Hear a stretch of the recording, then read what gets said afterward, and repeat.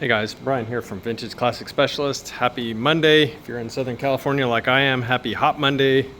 We're having pretty warm weather here still for us. I know it's hotter in other parts of the country and so on, but for here, it's pretty hot and very humid for here. And let's see, right now it is like 95 in the shop. Nice and toasty. But yeah, the humidity has kind of been weird for here. Usually the temperature I'd say right now is not really out of the normal. It's probably, I don't know. Let's see what this says here. 80, well, this says 83 degrees, but the humidity is really high for here. Probably like in the 80s or higher, I don't know, but makes it feel much worse than it is. And trust me, I know all about humidity because I did live in Houston for about 6 years. And this is humid. Anyway, you're not here for a weather report, so let's talk about what happened today. So, once again, Mr. Rafa continued to work on the lovely green 68 Ghia. I almost said Beetle. Green 68 Ghia. And lots of little details, guys. I've mentioned before, Ghias are there's just a lot more stuff on Karmann Ghias than Beetles. Just everywhere you look, there's more stuff.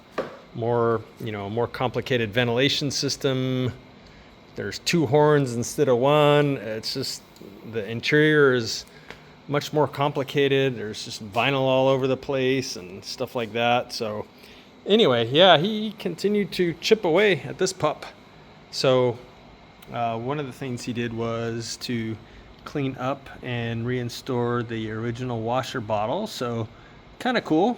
Hopefully we can get it all hooked up and stuff and make it work. Pretty fun to be able to squirt your windshield on these old cars. So he did that, and let's see what else, guys. He started putting in, so there's the flap that protects the body when you're putting gas in, that you sort of flop back out of the way. He started putting in the hose with this big, I don't know what, I guess it's supposed to keep you from crushing the fuel filler hose. I don't really know, guys, but yeah, it's got this huge like spring that runs over it.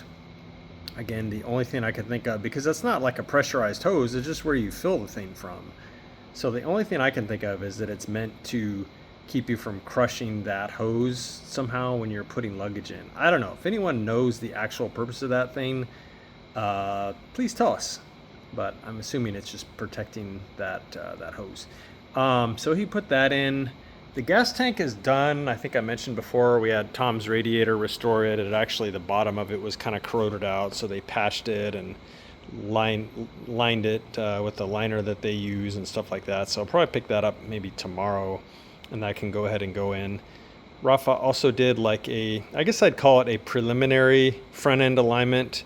So basically like centering the steering box and getting the wheels pointing more or less straight, and setting the toe to about 0, give or take.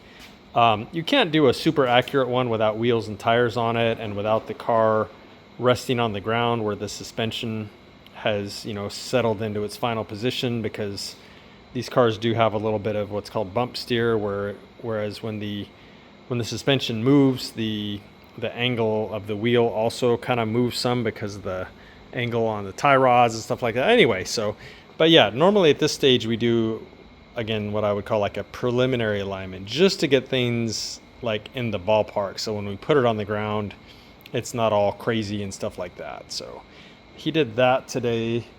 Let's see, it's not in the car right now, but he did clean and prepare the cable release, the cable and housing and all that stuff for releasing the hood. So that obviously routes to there, kind of up underneath there.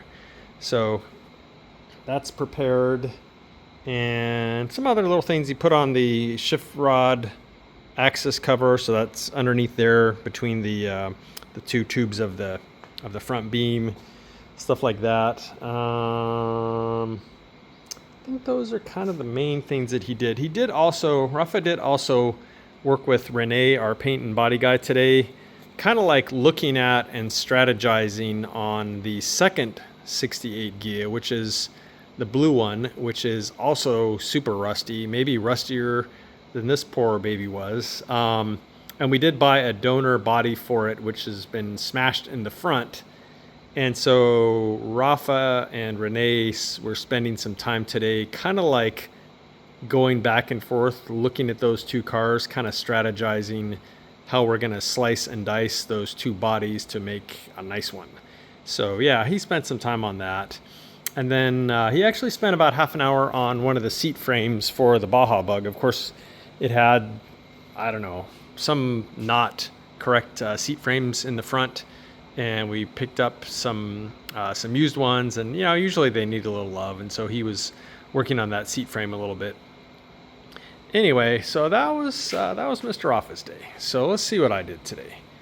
So if you saw the thumbnail, you know that I was putting this one back together, actually.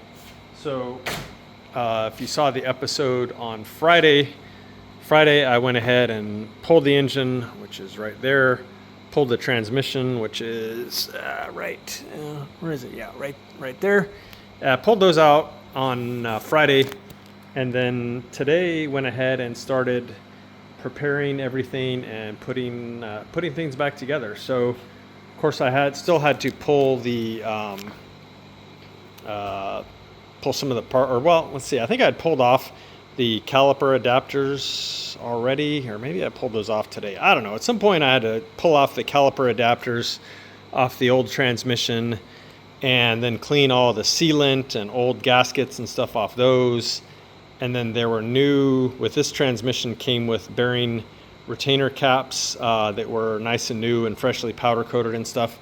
However, they powder coated the inner surface where the seal gets pressed in there, and they also powder coated the mating surface that's supposed to be flat where the gasket goes, where it goes up against, in this case, the caliper adapter. And so I had to spend some time on those, removing powder coating from that one flat machined surface for the gasket, and then also the inner diameter of it where the seal goes. So did that, put the seals in those, and then actually still had to remove the transmission mounts and stuff from the old one, because all this stuff was pretty much new, guys. This car has not been driven. So even though that's the old transmission, it had a bunch of brand new parts on it, like I said, the mounts and stuff like that.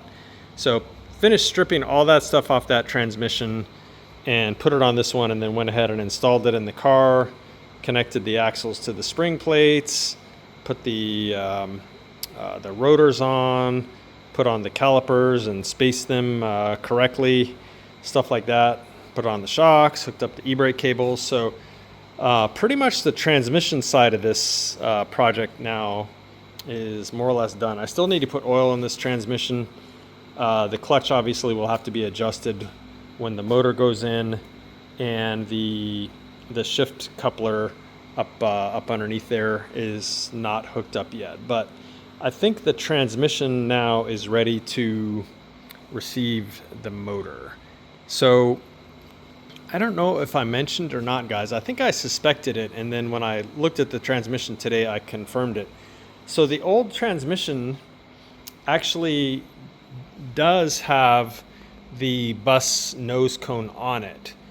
So when they put it in, they did it right, and that it does have the bus nose cone, which is how you put a split case transmission in a tunnel tranny car, is you use a bus nose cone, and then you got to change the hockey stick in there, and it's not that huge of a deal, but it did have the right one in there. So I'm a little bit bewildered why the motor seemed to be sitting at a little bit of an angle in there. And again, the rear breastplate here, the rear engine tin, was sitting fully under the body,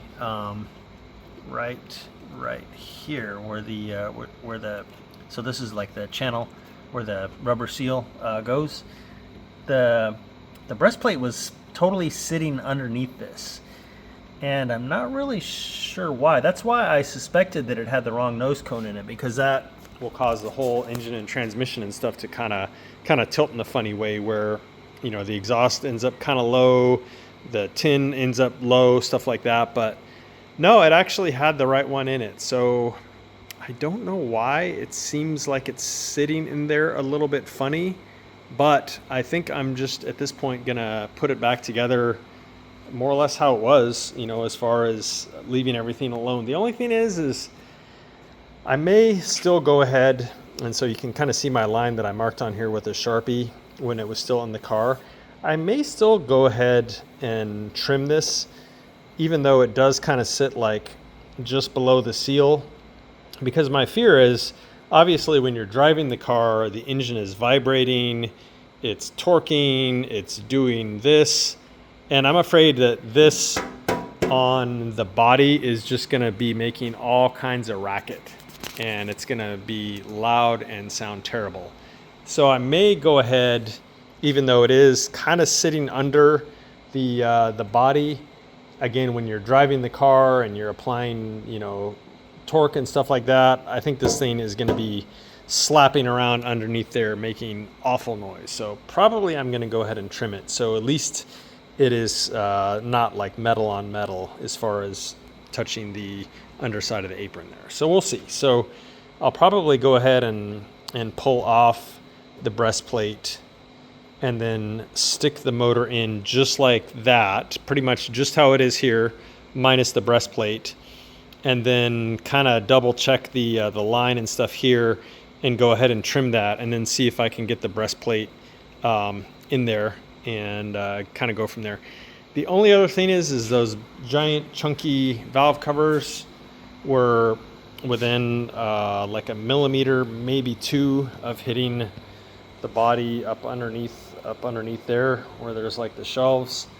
So I got to ask the owner if he wants me to trim the body there a little bit. I think that's probably also going to hit on, at least on this side, because when you're applying torque to the motor is spinning this way, which means it torques that way under load. And so I'm afraid that the valve cover on this side is going to be smacking into the body anytime it's under load, or if he launches a little bit hard, it's just going to shove it right up into the body and either damage the valve cover or start like bending the body. I don't know, but again, there's only a couple millimeters in there, and he does have some kind of like heavy duty mounts, but I think they're just urethane, so it's definitely going to move around in there some guys.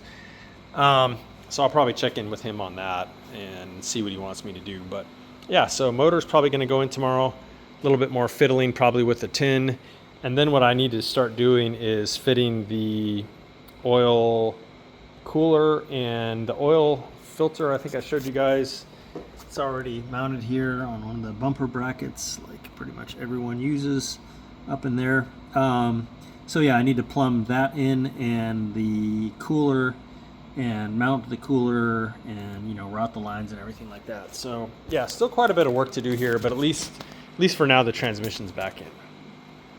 So that's what happened on this one today. Kind of at the end of the day, I hopped back on this one briefly, and last week, I don't remember when it was, it might have been Friday, Jacob cleaned and sandblasted a bunch of parts for the front end of this car. So the torsion arms, the pitman arm, he cleaned and sandblasted the clutch and brake pedal and the pedal assembly base. So he had this whole pile of parts that had been cleaned and sandblasted that needed to be painted. So I went ahead and painted all that stuff today so that I can kind of get back to assembly on this one too, and maybe go ahead and start thinking about putting his new adjustable front beam back on. I did also get his spindle assemblies today from Brian Roth. So those are all rebuilt with new kingpin bushings, new link pin bushings, new link pin, you know, sets and everything. So yeah, those are pretty much ready to go on. So this thing is going to be super nice, guys. I mean, it's already a nice car, but it's going to look very cool when we subtly lower it like I've talked about before with this car. So yeah, maybe tomorrow I'll start putting the front end back together on this guy, or putting it on and back together. So anyway, guys, I believe that's it for today. So thank you all very much for watching, guys. Always appreciate it, and we will see you again soon.